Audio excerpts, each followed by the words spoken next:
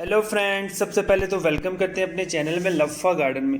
Friends, आज हमने online seeds मंगवाए हैं लेमन ग्रास के, और हमें उन्होंने बिल्कुल ही फुद्दू से पैकेट में भेज दिए। ना ऊपर कुछ मेथड लिखा हुआ है, ना कुछ उसका प्रोसीजर लिखा हुआ है कि कैसे उसको ग्रो करना है।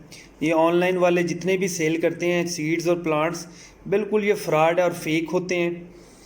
बाई चांस ये सीड्स मैंने उनसे मंगवाए हैं जिनसे मैंने पहले भी 1 से 2 बार सीड्स मंगवा चुका हूँ और वो जर्मिनेट हो गए थे, लेकिन उनका जो बिहेवियर है वो बिल्कुल स्टूपिड है। ना वो पैकिंग अच्छी करते हैं, ना वो कोई ऊपर कुछ कंडीशंस और कुछ भी नहीं लिखते हैं। अब ये हमारे लेमन ग्रास के सीड्स हैं। काफ़ी सारे लोगों को पता ही नहीं है कि लेमन ग्रास के ऊपर सीड्स भी आते हैं।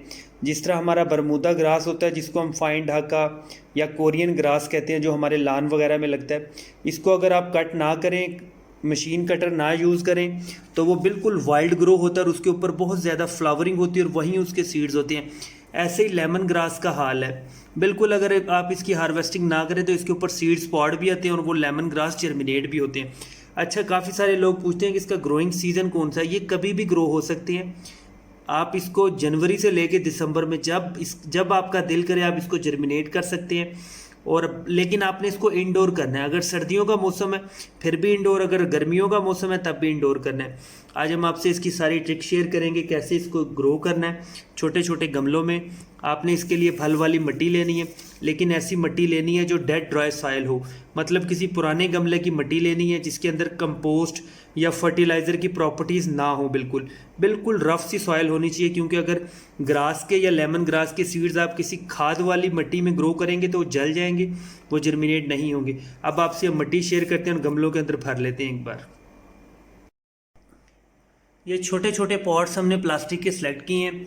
इनके अंदर भल वाली मिट्टी है जो बहुत पुराने गमलों की मिट्टी है। मतलब 1 से 2 साल पुराने गमलों की मिट्टी हमने निकाल ली है। बिल्कुल भी मिट्टी के अंदर कंपोस्ट की या फर्टिलाइज़र की कोई भी प्रॉपर्टीज़ नहीं होनी चाहिए। ग्रास या लेमन ग्रास के सीड्स तब ही जर्मिनेट होते हैं जब आपकी जो सॉइल होती है, जो आपका पोटिंग मिक्स होता है, बिल्कुल डेड ड्राई होना चाहिए।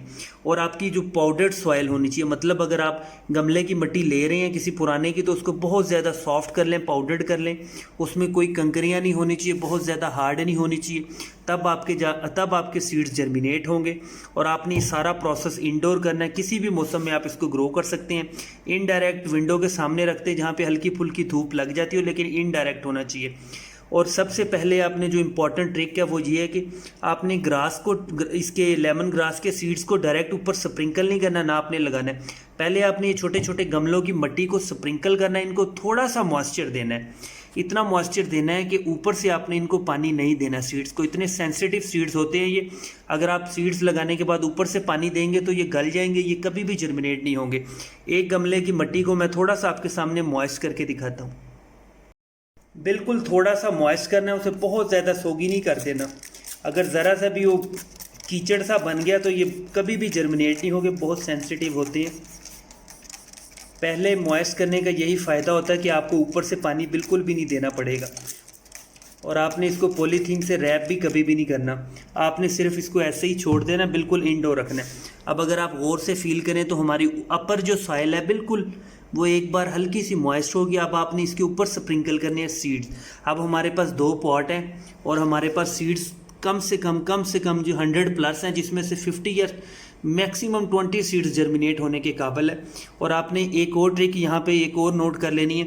आपने सीड्स को स्प्रिंकल इस तरह करना है कि सारे के सारे सीड्स एक ही जगह इकट्ठे हो जाएं और वहीं से सारे जर्मिनेट होंगे।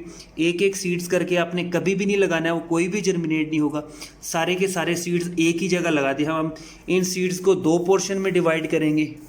एक ये वाले जो सीड्स हैं इस गमले के अंदर लगाएंगे और इसको सेंटर में लगा देंगे।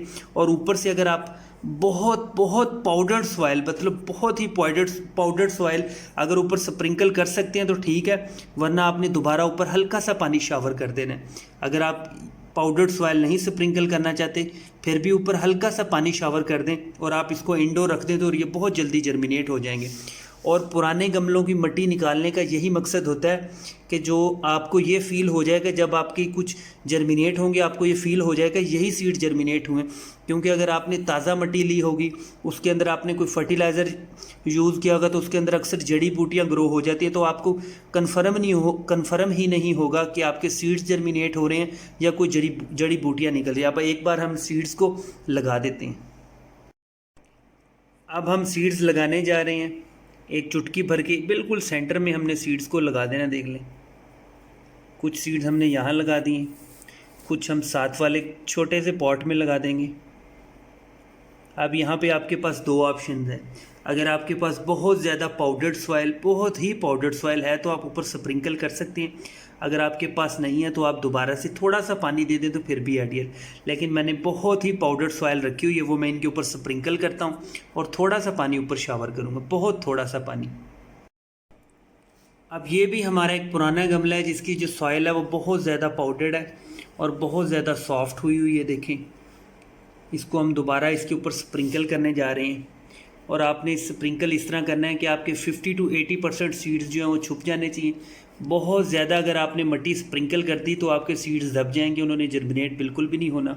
बिल्कुल ही नॉर्मल सी सॉइल करनी है। ज़रूरी नहीं है कि आपने सारे के सारे सीड्स को कवर करना है। अगर आपके 50 to 80% सीड्स भी कवर हो गए तो वो भी बहुत काफ़ी है। और हमेशा हमेशा लेमन ग्रास के सीड्स को एक जगह गुच्छा बंच बना के आपने लगाना है। ये सारे के सारे जर्मिनेट हो सकते हैं। अगर इसमें से जो हेल्दी सीड हैं वो मिनिमम 50% सीड्स आपके लाजमी जर्मिनेट हो जाएंगे। अब आपने ऊपर हल्का सा शावर करना है और शावर इस तरह करना है कि 50 to 80% दोबारा ये जो आपने मिट्टी ऊपर स्प्रिंकल की ये अगर वेट हो जाए तो ठीक है। बहुत ज़्यादा इसको दोबारा आपने सोगी नहीं करना कभी भी। अब हम इनके ऊपर दोबारा हल्का सा शावर करने जा रहे हैं, बहुत ही मॉइस्ट सा। देख लें, बस इतना सा बहुत है, इसको मैं पहले ही कर चुका हूँ। अब हमारा जो मुश्किल काम था वो सारा का सारा क्लियर हो गया। अब हमने इसको इंडोर रखना है, ब्राइट एरिया में रखना है, कोई अंधेरे वाली जगह पे नहीं रखना। अगर आप किसी विंडो के सामने रख दें तो वो ज़्यादा आइडियल है, जहाँ से फिल्टर्ड होकर धूप लग जाए तो वो भी ठीक है। अगर आप इसको बिल्कुल इंडोर रख लेंगे फिर भी ठीक है, लेकिन अंधेरा नहीं होना चाहिए, ब्राइट एरिया होना चाहिए। और आपका जो रूम का टेम्परेचर हो या बालकनी या टेरेस का टेम्परेचर जो है वो आपका मिनिमम 20 डिग्री और मैक्सिमम 35 डिग्री हो, तो आपके सीड्स सारे के सारे जर्मिनेट हो जाएंगे।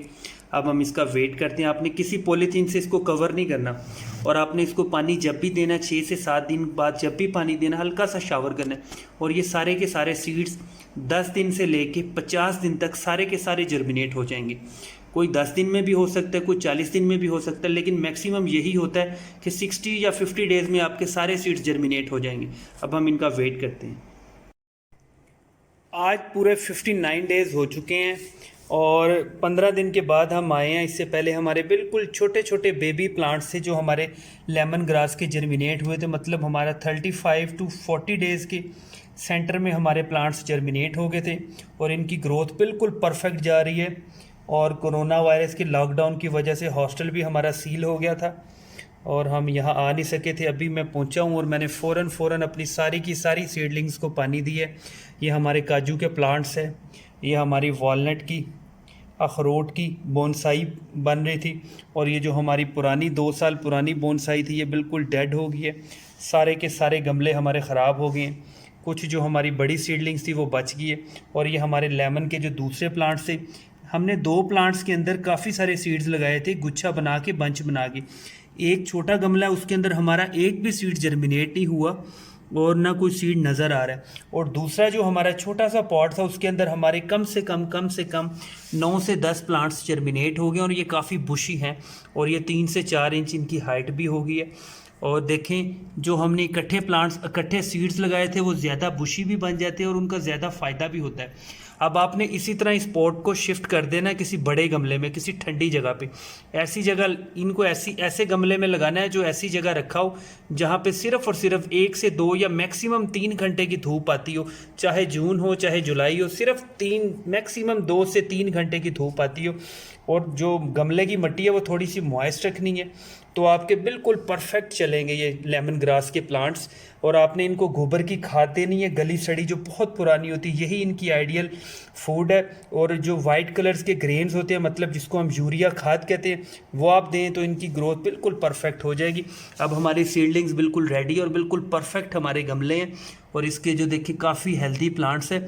अभी मैंने इनको पानी दिया, बिल्कुल फ्रेश फील हो रहे हैं और ज़बरदस्त है। मुझे पहले ही हमने पहले भी एक वीडियो बनाई थी लेमन ग्रास के ऊपर, तो उसमें हमारे कम सीड्स जर्मिनेट हुए। अब तो ये बड़ी खुशी की बात है, हमारे 7 से 8 प्लांट्स जर्मिनेट हुए और बेबी प्लांट्स बन गए और सीडलिंग्स हमारी रेडी है।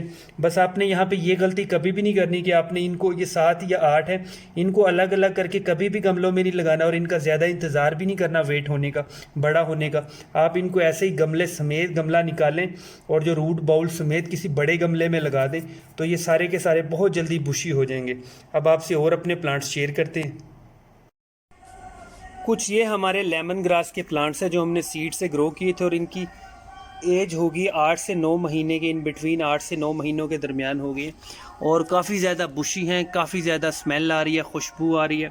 लेमन ग्रास एक बिल्कुल इसकी बहुत खूबसूरत, बहुत अट्रैक्टिव फ्रेगनेंस होती है जिसकी वजह से मशहूर है। इसकी डाइट टी जो बनती है वो तो एक अलग सी फीचर है इसका, लेकिन इसको वैसे भी देखने में भी प्यारा लगता है और बहुत ज़्यादा बुशी हो जाता है। हमने इसके सीड्स देखें, आपको मैंने पहले भी कहा था कि इसकी कोशिश करनी है सीड्स को हमेशा जोड़ के इकट्ठा करके लगाना है।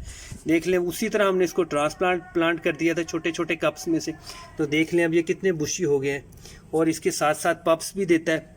और अगर आपको इसका मैं कोई पप्स दिखाऊँ, यहाँ से, यहाँ पे छोटे छोटे पप्स होते हैं, देखिए ये देखिए और कुछ पप्स वहाँ पे छोटे छोटे पप्स आपको नज़र आ रहे होंगे। तो ये साथ ही जड़ों में से, इसकी गमले की मिट्टी थोड़ी सी मॉइस्ट होनी चाहिए, सॉफ्ट होनी चाहिए। साथ साथ ही जिससे एलोवेरा पप्स देता रहता है, ये भी पप्स साथ साथ निकालता रहता है और आपको बहुत बहुत ज़्यादा ये बुशी हो जाता है, बहुत जल्दी बुशी हो जाता है। और देखें कितनी ज़बरदस्त है। आप इसकी केयर के बारे में ज़्यादा से ज़्यादा इसको गोबर की खाद दें और इसको कोशिश करें थोड़ा सा इंडोर थोड़ा सा आउटडोर रखें, ऐसी जगह रखें जहाँ 2 से 3 घंटे की डायरेक्ट धूप आ जाए, लेकिन सारा दिन धूप ना रहे, फिर इसकी ग्रोथ बिल्कुल परफेक्ट हो जाती है। और वीडियो को लाइक करें, चैनल को सब्सक्राइब करें। Thank you friends.